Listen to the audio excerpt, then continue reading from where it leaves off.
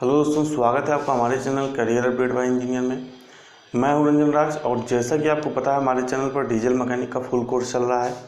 उसी के अंतर्गत आज हमारा लेक्चर नंबर 9 है। इसके पहले हमारे 8 लेक्चर हो चुके हैं, तो अगर आपने उन वीडियोज़ को नहीं देखा तो आप जाके देख सकते हैं। दूसरी बात यह है कि आज हम लोग जो पढ़ने वाले हैं वो पढ़ने वाले हैं 4 स्ट्रोक पेट्रोल इंजन के बारे में। तो आपने कोई पिछला लेक्चर देखा हो या ना देखा हो, लेकिन जो लेक्चर नंबर 7 है जिसमें मैंने आपको पढ़ाया था कि 4 स्ट्रोक डीजल इंजन की कार्यप्रणाली, जैसे कि आज हम लोग पढ़ेंगे 4 स्ट्रोक पेट्रोल इंजन की कार्यविधि, उसी तरीके से लेक्चर नंबर 7 में मैंने आपको 4 स्ट्रोक डीजल इंजन की कार्यविधि को समझाया था। तो इस लेक्चर को अगर अच्छे से समझना है, क्योंकि काफ़ी चीज़ें जो petrol engine 4 stroke petrol engine और 4 स्ट्रोक जो डीजल इंजन रहता है उसमें सेम रहती हैं। तो बहुत चीज़ें तो मैं यहाँ फिर से आपको रिपीट करा दूंगा, लेकिन मैं आपको लिखाऊंगा नहीं। तो अगर आप लेक्चर नंबर 7 आप देखे रहेंगे तो आपको ये चीज़ें अच्छे से समझ में आएंगी। कोई लेक्चर और देखा हो चाहे ना देखा हो, लेकिन आप लेक्चर नंबर 7 देखने के बाद ही इस लेक्चर को जो है देखिएगा। तो आज हम लोग पढ़ेंगे 4 स्ट्रोक जो है पेट्रोल इंजन के बारे में। काफ़ी ज़्यादा ये सिमिलर होता है डीजल इंजन की तरह, बहुत ज़्यादा डिफरेंस नहीं होता है, और जो डिफरेंस होता है वो मैं आपको यहाँ पे समझाऊंगा। तो पहले इसमें लिख लीजिए पॉइंट लगा के, 1876 में जर्मन इंजीनियर ऑटो ने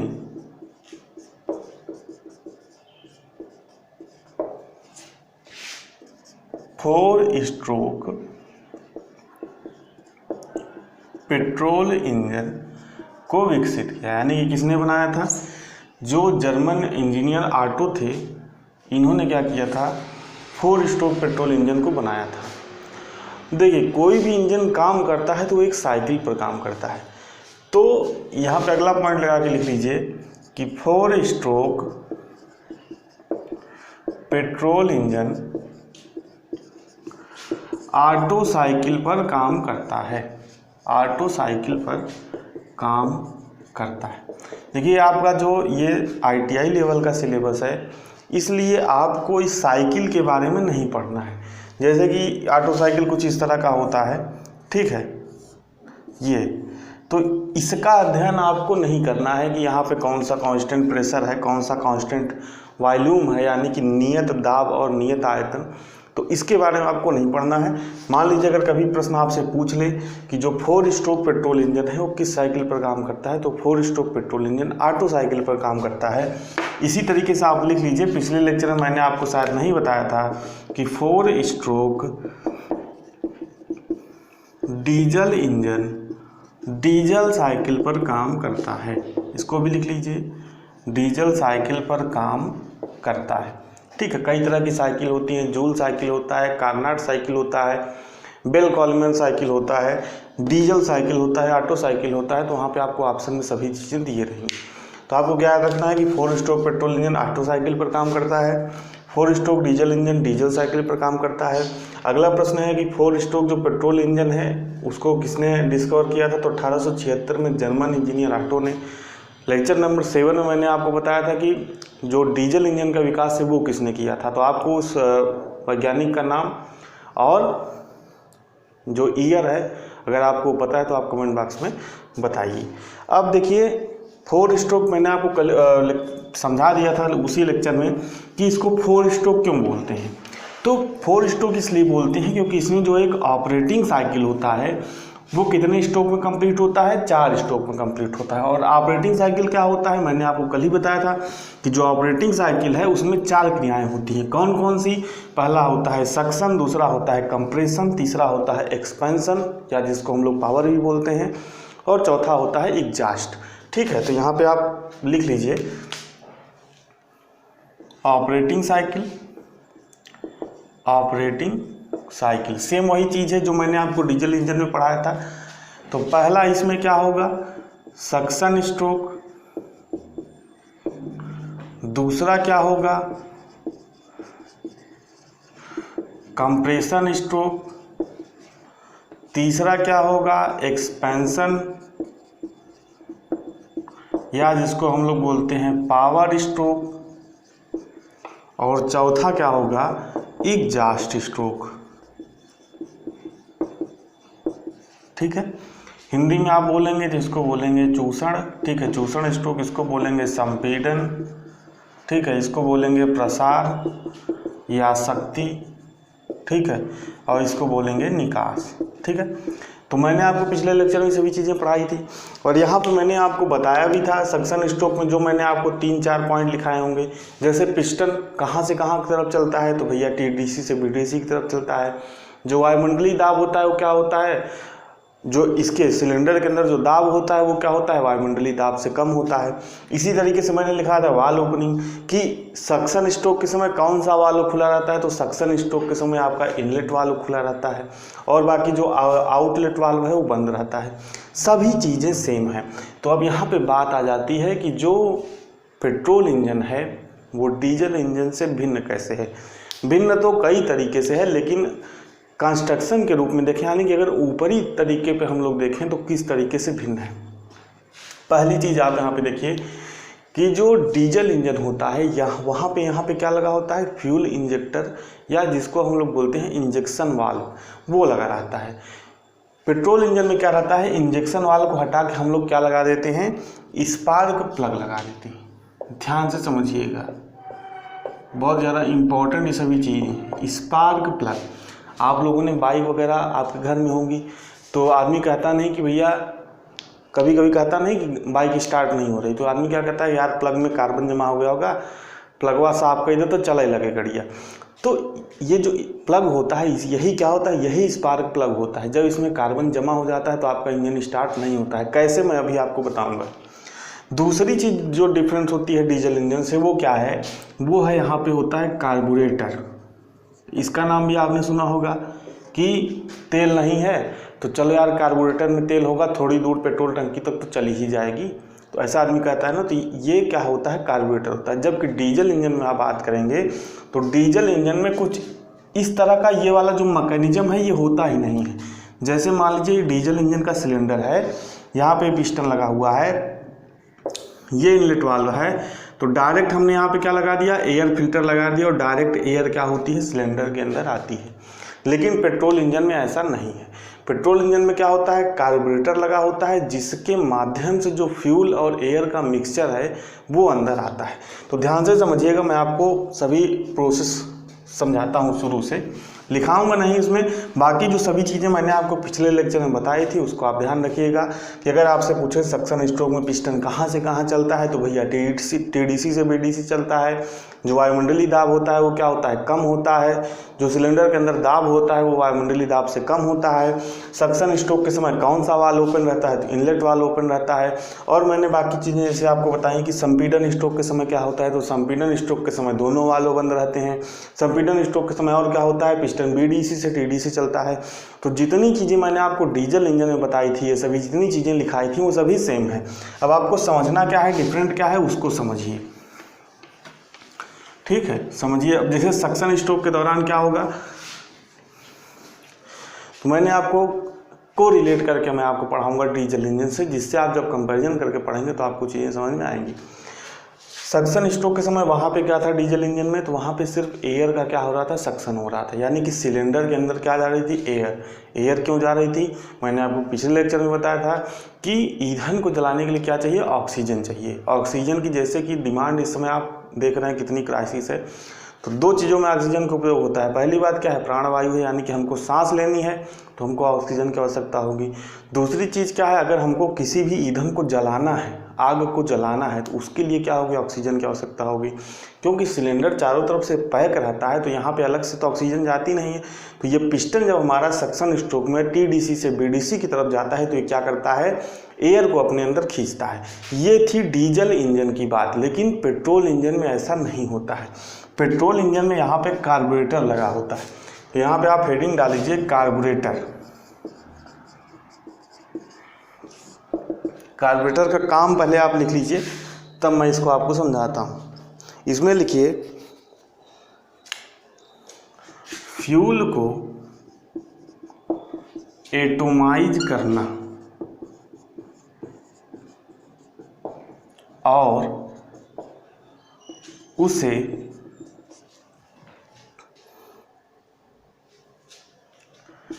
एयर के साथ मिक्स करके वेपर, यानी कि इसे वाष्प बोलते हैं, वाष्प या स्प्रे के फॉर्म में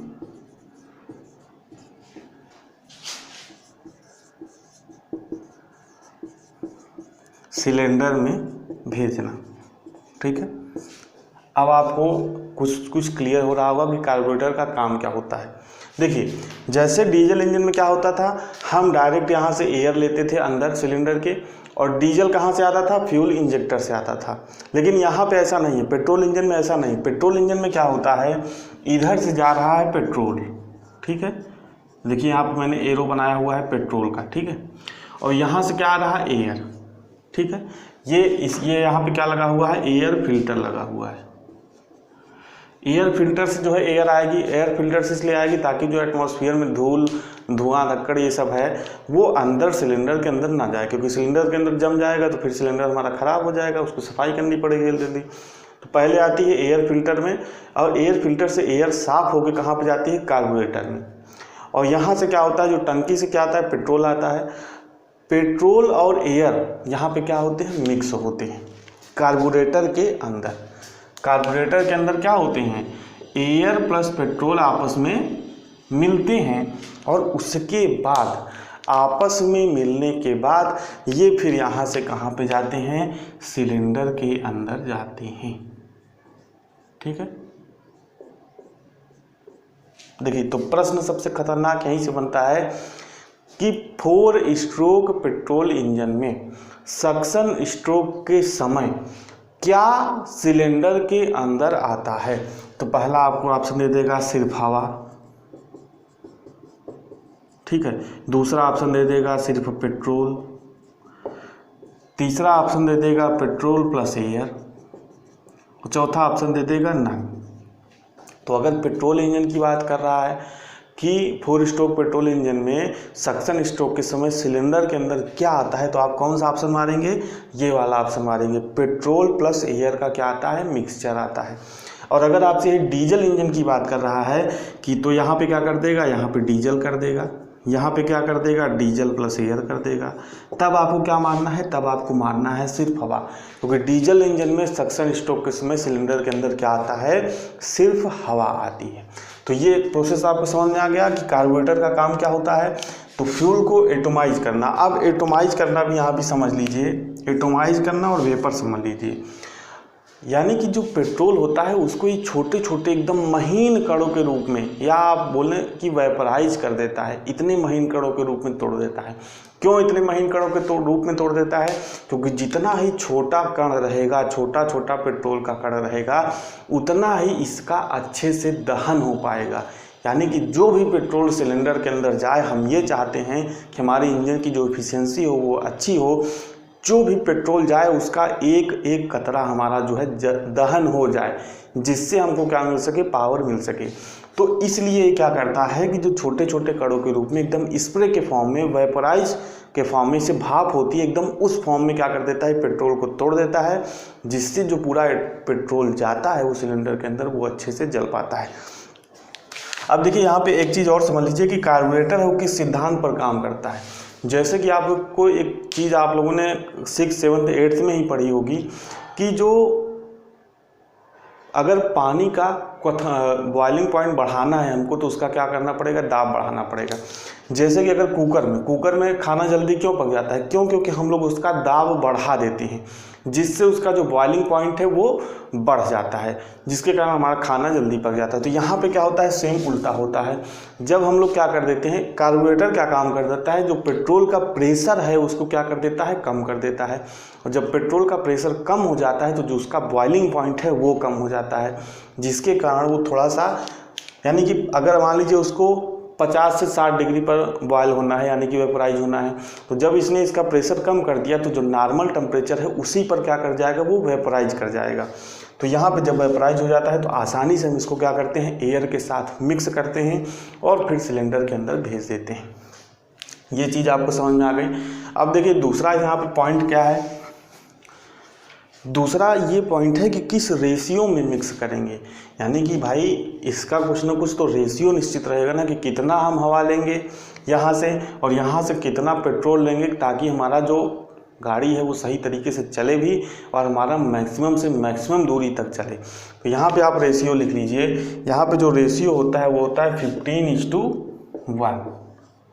ये भी प्रश्न आपसे पूछता है कि जो मिश्रण सक्शन स्ट्रोक के दौरान जो एयर और पेट्रोल का जो मिश्रण है वो जाता है, उसका अनुपात कितना होता है या उसका बेस्ट अनुपात जो है कितना होता है।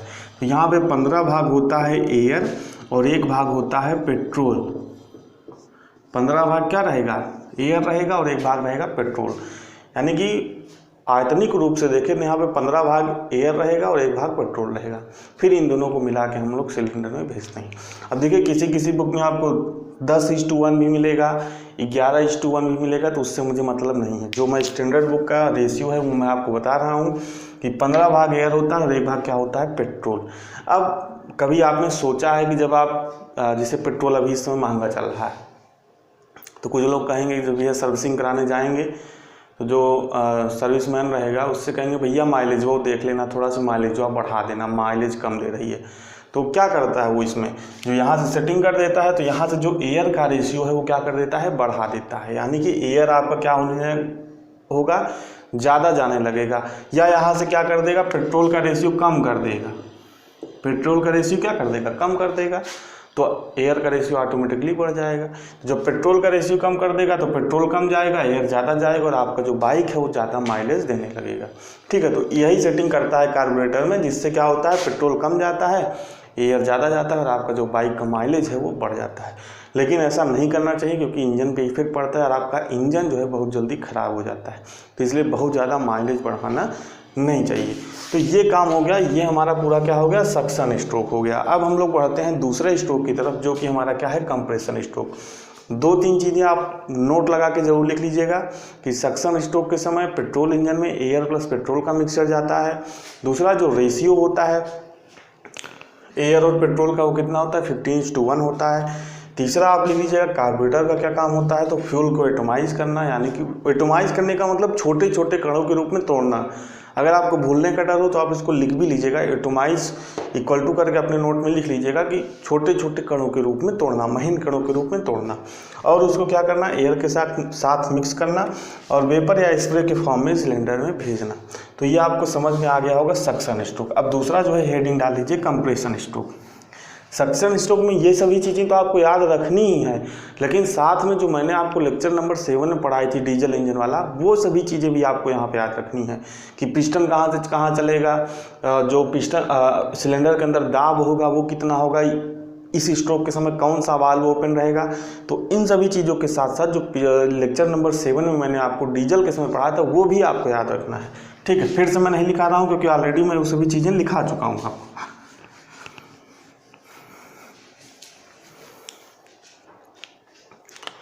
अब दूसरा देखिए संपीड़न स्ट्रोक। ठीक है,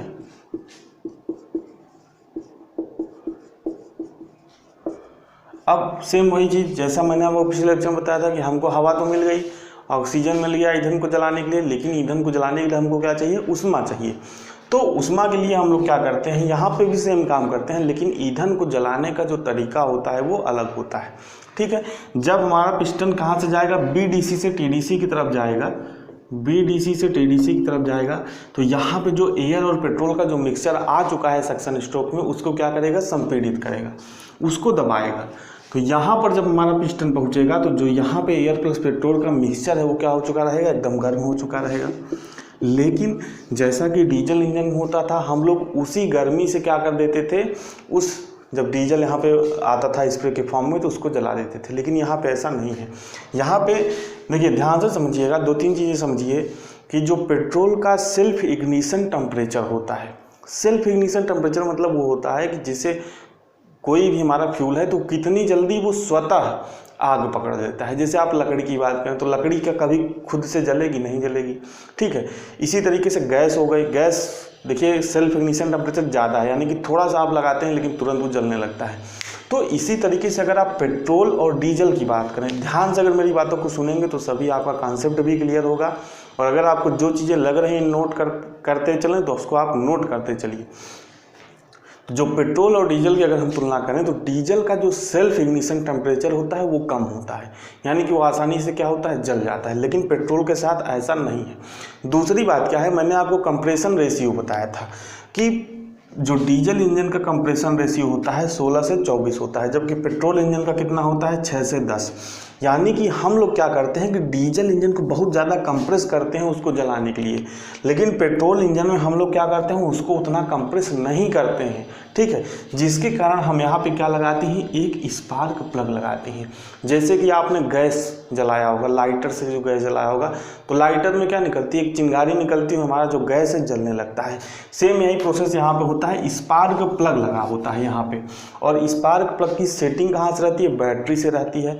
जैसे ही हमारा ये पिस्टन BDC से TDC पर पहुँचता है, कंप्रेशन स्ट्रोक के दौरान TDC पर पहुंचने से पहले ही जो हमारा स्पार्क प्लग में एक चिंगारी निकलती है, जिस चिंगारी के कारण हमारा जो यहाँ पे कंप्रेस एयर प्लस पेट्रोल का मिक्सचर है वो आग पकड़ लेता है, ठीक है। और जब आग पकड़ लेगा तो बस हो गया, हमको क्या मिल जाएगी, पावर मिल जाएगी। आग जब पकड़ लेगा तो वहाँ पे फ्लो गैसेस बनेंगी, जिसके कारण क्या होगा, पिस्टन को नीचे की तरफ धक्का देंगी और हमको क्या मिल जाएगा, पावर स्ट्रोक मिल जाएगा, ठीक है।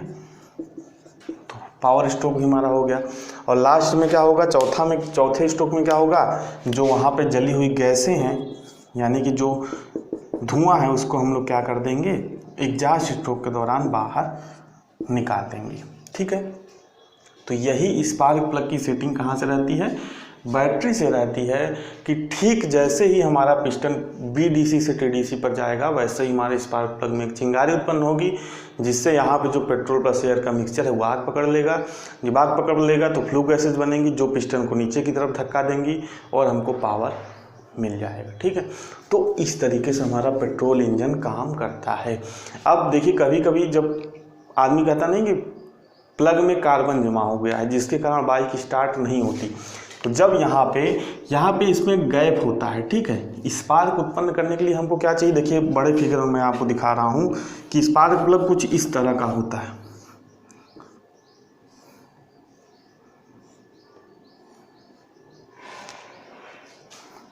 स्पार्क प्लग कुछ इस तरीके का होता है, आपने देखा भी होगा। ये सेंटर इलेक्ट्रोड होता है, ठीक है, ये ऐसा कुछ होता है, ठीक है। इसी के बीच हमारा क्या होता है, स्पार्क उत्पन्न होता है, यानी कि चिंगारी उत्पन्न होती है, जिसके कारण हमारा जो ईंधन है आग पकड़ता है। लेकिन क्योंकि ये स्पार्क प्लग क्या होता है, सिलेंडर के अंदर रहता है, तो जब सिलेंडर के अंदर बार बार गैसें जलती हैं, दहन होता है, तो यहाँ पे क्या होता है, इसके जो पॉइंट के बीच में क्या होता है, कार्बन जम जाता है, जिसके कारण जो स्पार्क है वो उत्पन्न नहीं हो पाता है, जिसके कारण हमारा ईंधन जल ही नहीं पाता है, तो हमारा इंजन नहीं स्टार्ट होता है, ठीक है।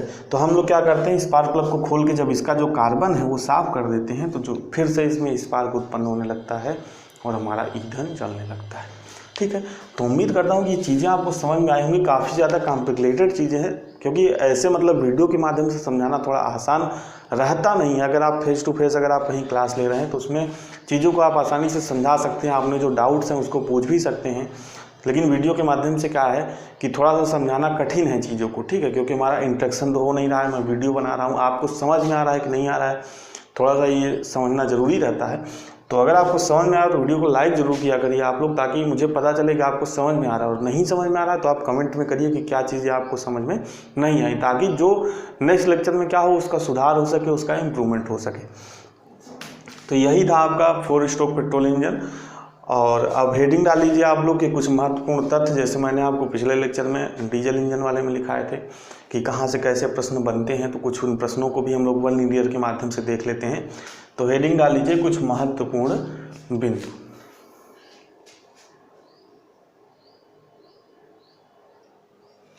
देखिए यहाँ पे मैंने जो है कुछ पॉइंट लिख दिए हैं, ठीक है, तो इसको आप नोट कर लीजिए। पॉइंट का मतलब ये है कि ये जो प्रीवियस ईयर एग्जाम में पूछे गए प्रश्न ही हैं, ये सभी क्या है, प्रश्न है, जिसको मैं वन लीनियर के माध्यम से आपको नोट्स के रूप में लिखा दे रहा हूँ। जिससे क्या होगा एग्जाम समय में आप आसानी से रिवीजन कर पाएंगे इन प्रश्नों का नोट्स के रूप में अगर आप लिखा रहे, क्योंकि पहले आपने लेक्चर पढ़ लिया 8, 10, 20 पॉइंट आपने लिख लिया, हर लेक्चर के बाद अगर मैं आपको पॉइंट लिखाता हूँ तो ऐसे आपने अगर 10, 15, 20 पॉइंट हर लेक्चर के बाद लिख लिए तो 200, 250, 300 प्रश्न तो आपके नोट्स में ही तैयार हो जाएंगे और विथ कॉन्सेप्ट के साथ तैयार होंगे, क्योंकि वही चीज़ें मैं आपको पढ़ाऊँगा, उसी में से नोट्स लिखाऊंगा, तो वो सभी चीज़ें क्लियर रहेंगी। ठीक है, तो यहाँ पे देखिए प्रश्न पूछा जाता है कि कार्बोरेटर का उपयोग किस इंजन में किया जाता है। तो सिंपल मैंने अभी आपको बताया, किस इंजन में? पेट्रोल इंजन में। अगला प्रश्न इसी तरीके से पूछा जाता है कि इस्पात प्लग का जो उपयोग है किस इंजन में किया जाता है। तो ये भी पेट्रोल इंजन में किया जाता है, इसको भी आप लिख लीजिए। अगला प्रश्न आपसे पूछा था कि चूसड़ स्ट्रोक के दौरान यानी कि सक्शन स्ट्रोक के दौरान पेट्रोल इंजन में खींचा जाने वाला जो चार्ज होता है वो क्या होता है। खींचा जाने वाला चार्ज मतलब वही क्या होता है, आपको ऑप्शन दे देगा, केवल हवा खींचा जाता है, केवल पेट्रोल खींचा जाता है, या एयर प्लस पेट्रोल का मिश्रण जो है खींचा जाता है। तो आप यहाँ पे लिख लीजिए एयर एंड पेट्रोल मिक्सचर। ठीक है, तो ये आपका ऑप्शन सही हो जाएगा, ये आंसर हो जाएगा। अगला प्रश्न आपसे पूछा था कि एक पेट्रोल इंजन में एक जो पेट्रोल है वो इंजन में, यह ऑप्शन पूछा था कि कैसे मिलाई जाती है या कैसे सप्लाई की जाती है। तो इसमें आप लिख लीजिए इंजन के सिलेंडर में जाने से पूर्व, पेट्रोल कैसे मिलाई जाती है। तो इंजन के सिलेंडर में जाने से पूर्व हवा में मिलाई जाती है, पूर्व वाष्पित होकर या वाष्पित कर कर हवा में मिलाई जाती है।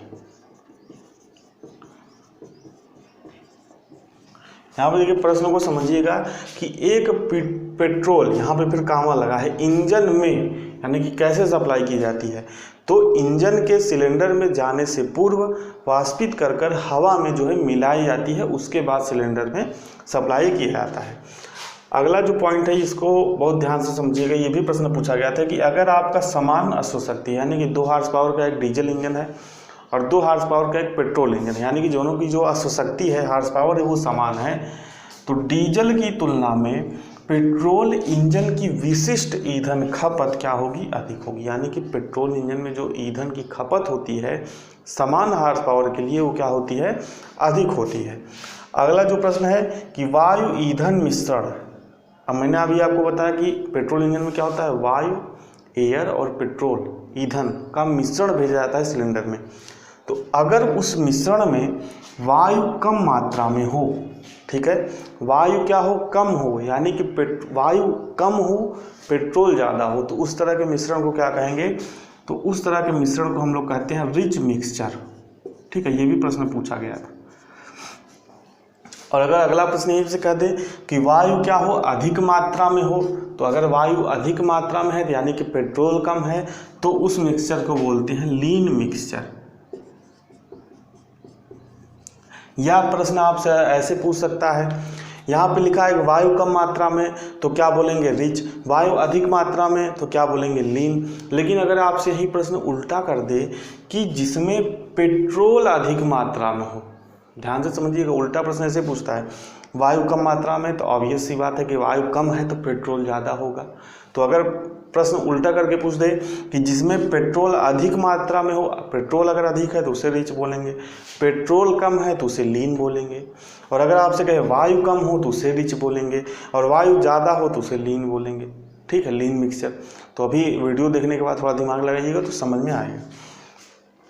पॉइंट नंबर 7 आपसे पूछा है कि पेट्रोल इंजन में इग्निशन यानी कि जो दहन है ईंधन का कहाँ पर होता है? तो टीडीसी पर होता है। आपको प्रश्न में विकल्प दिए रहेंगे टीडीसी पर, बीडीसी पर, एमडीसी पर, सीडीसी पर। तो जब पिस्टन हमारा संपीड़न स्ट्रोक संपीड़न करते समय टीडीसी पर पहुंचता है, उसी समय तो इग्निशन होता है। अगला प्रश्न आपसे पूछा है कि प्रथम दृष्टया एक पेट्रोल इंजन को पहचाना जाता है। यानी कि मैंने आपके सामने इंजन रख दिया, एक पेट्रोल इंजन, एक डीजल इंजन, आपको कुछ नहीं बताया। आपको मैंने ये कहा कि आप इस इंजन को देख के पहचानिए, प्रथम दृष्टि में खोलना वोलना कुछ नहीं है, बस ऊपर की बनावट से देख के पहचानिए कि ये कौन सा इंजन है। यही आपसे पूछा है कि प्रथम दृष्टया एक पेट्रोल इंजन को कैसे पहचाना जाता है, कैसे आप बताएंगे कि पेट्रोल इंजन है, डीजल इंजन है। तो यहाँ पे देखिए मैंने इसके ऑप्शन भी लिख दिए हैं। पहला ऑप्शन दिया है सिलेंडर के आकार से, तो ये ऑप्शन गलत है। सिलेंडर का आकार कोई मायने नहीं रखता, पेट्रोल इंजन में भी सेम हो सकता है और डीजल इंजन में भी सेम हो सकता है। दूसरा आपको ऑप्शन दिया है शक्ति आवेश से, तो ये भी ऑप्शन गलत है। तीसरा ऑप्शन आपको दिया है स्पार्क प्लग से, क्योंकि जब आप सिलेंडर के ऊपर की तरफ देखेंगे तो वहीं पर एक स्पार्क प्लग लगा रहेगा, और जो डीजल इंजन रहेगा स्पार्क प्लग की जगह वहाँ पर क्या लगा रहेगा, फ्यूल इंजेक्टर या इंजेक्शन वाल्व लगा रहेगा। तो आप सीधा सीधा ऊपर हेड पे आप देखेंगे, सीधा सीधा देखेंगे, अगर स्पार्क प्लग लगा है तो हमारा पेट्रोल इंजन होगा, और फ्यूल इंजेक्टर लगा है तो हमारा क्या होगा, डीजल इंजन होगा। तो तीसरा वाला ऑप्शन आपका सही हो जाएगा। ठीक है, अगला जो 1-2 पॉइंट है उसको और लिख लीजिए। देखिए एक प्रश्न आपसे और पूछा था, पॉइंट नंबर आप लिखिए 9।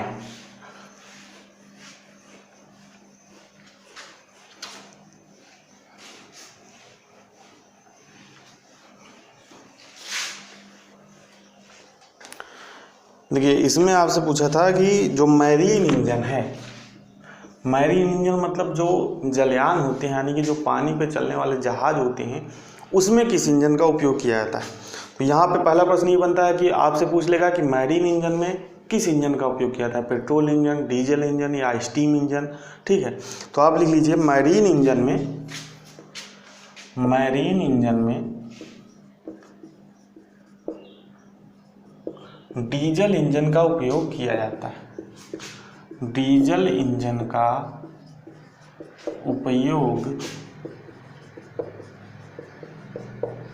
किया जाता है। ठीक है, अब अगला प्रश्न यहाँ से पूछता है कि मैरीन इंजन में, यानी कि जो जलयान है, जो बड़े बड़े शिप चलते हैं पानी पर, उसमें डीजल इंजन का उपयोग क्यों किया जाता है, अगला प्रश्न पूछता है।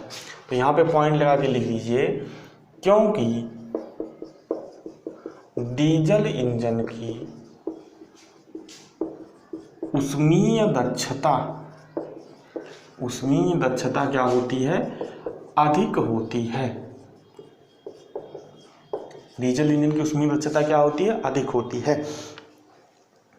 मैंने आपको पॉइंट में पिछले लेक्चर नंबर 7 में मैंने आपको बताया भी था, जब वहाँ पे मैंने डीजल इंजन वाला पॉइंट लिखा था, तो मैंने आपको बताया था कि जो डीजल इंजन की ऊष्मीय दक्षता होती है 35 से 40% होती है, जबकि पेट्रोल इंजन की कितना होता है, 25 से 30% ही होता है। अब आपके मन में प्रश्न आएगा भैया स्टीम इंजन का उपयोग क्यों नहीं करेंगे, क्योंकि वहीं पानी है, समुद्र का पानी है, स्टीम बनाएंगे, आसानी से चलाएंगे। तो स्टीम इंजन को चलाने के लिए जो उसका यानी कि इंस्टॉलेशन है, ठीक है, जैसे कि पेट्रोल इंजन, डीजल इंजन क्या है, कॉम्पैक्ट है, यानी कि बहुत ही कम जगह घेरेगा और पावर हमको बहुत ज़्यादा देगा। ठीक है, लेकिन हमको क्या करना पड़ेगा, अगर स्टीम इंजन की बात करें तो स्टीम इंजन बहुत ज़्यादा क्या करता है, जगह घेरता है, और हमारे पास शिप वगैरह में बहुत ज़्यादा जगह नहीं होती। जगह कैसे घेरेगा भैया, पहली बात तो उसका आग जलाने का इंतजाम करना पड़ेगा। दूसरी बात आपको फिर बॉयलर लेना पड़ेगा बड़ा सा, बॉयलर में क्या करेंगे, पानी उबालेंगे, पानी उबालने के बाद फिर उसको स्टीम बनाएंगे, स्टीम बनाने के बाद फिर उसको सिलेंडर वगैरह में भेजेंगे। तो काफ़ी ज़्यादा जगह हमारा इंजन भी घेर लेगा और साथ ही साथ भारी भी हो जाएगा। तो इस वजह से स्टीम इंजन का उपयोग मैरीन इंजन में नहीं करते हैं। किसका उपयोग करते हैं, सिर्फ और सिर्फ डीजल इंजन का जो है यहाँ पे उपयोग करते हैं। अगला देखिए पॉइंट यह है कि पेट्रोल इंजन में हवा और पेट्रोल के मिश्रण को कैसे जलाया जाता है। जिसको मैं लिख नहीं रहा हूँ, आप लिख लीजिएगा। मैंने आपको बता दिया है कि पेट्रोल इंजन में हवा और पेट्रोल के जो मिश्रण को कैसे जलाया जाता है, तो स्पार्क प्लग की सहायता से जलाया जाता है। तो देखिए पॉइंट ढूंढ के मैंने लिखे हुए हैं आपसे यहाँ पे अच्छे। तो उम्मीद करता हूँ आपको वीडियो पसंद आई होगी। काफ़ी मेहनत की जाती है पॉइंट ढूंढ के जो महत्वपूर्ण बिंदु हैं, क्योंकि ऐसे पॉइंट में लिखाता हूँ जिससे आपके एक पॉइंट से आपके 2-3 पॉइंट जो है क्लियर हो जाएं। जैसे आप इसी पॉइंट में देखिए, इसमें यहाँ से आपके क्या हो गए, 2-3 प्रश्न क्लियर हो गए कि पहला डीजल मैरीन इंजन में किसका उपयोग किया था, डीजल इंजन का। क्यों किया जाता है, क्योंकि उसकी ऊष्मीय दक्षता अधिक होती है। स्टीम इंजन का क्यों नहीं किया जाता है, क्योंकि उसका जो इंस्टॉलेशन है, जगह है, फ्लोर एरिया है, वो क्या होगा, बहुत ज़्यादा हो जाएगा, इसलिए स्टीम इंजन का नहीं किया जाता है। तो ये था हमारा 4 स्ट्रोक पेट्रोल इंजन। अब जो हमारा अगला लेक्चर रहेगा उसमें हम लोग पढ़ेंगे 2 स्ट्रोक पेट्रोल या डीजल इंजन। ठीक है, तो उसमें मैं आपको अलग अलग नहीं पढ़ाऊँगा, 2 स्ट्रोक में एक में ही आपको पेट्रोल इंजन और डीजल इंजन दोनों पढ़ा दूंगा। ठीक है, सेम यही चीज़ें रहेंगी। वहाँ पे जो एक ऑपरेटिंग साइकिल होता है क्या होता है 2 स्ट्रोक में पूरा हो जाता है, यानी कि सक्शन, कंप्रेशन, एक्सपेंशन, एग्जॉस्ट, चारों क्रियाएँ क्या होती हैं 2 स्ट्रोक में ही पूरी हो जाती हैं। तो उसको हम लोग पढ़ेंगे नेक्स्ट लेक्चर में। उम्मीद करता हूँ वीडियो आपको पसंद आया होगा। पसंद आया तो लाइक कर दीजिए और शेयर कर दीजिए अपने दोस्तों के साथ। साथ ही चैनल को सब्सक्राइब नहीं किया सब्सक्राइब कर लीजिए, ताकि जैसे ही नेक्स्ट वीडियो अपलोड करूँ उसका नोटिफिकेशन आपको मिल जाए। मिलता है नेक्स्ट वीडियो में 2 स्ट्रोक इंजन के साथ। तब तक बने रहिए हमारे साथ। बहुत बहुत धन्यवाद।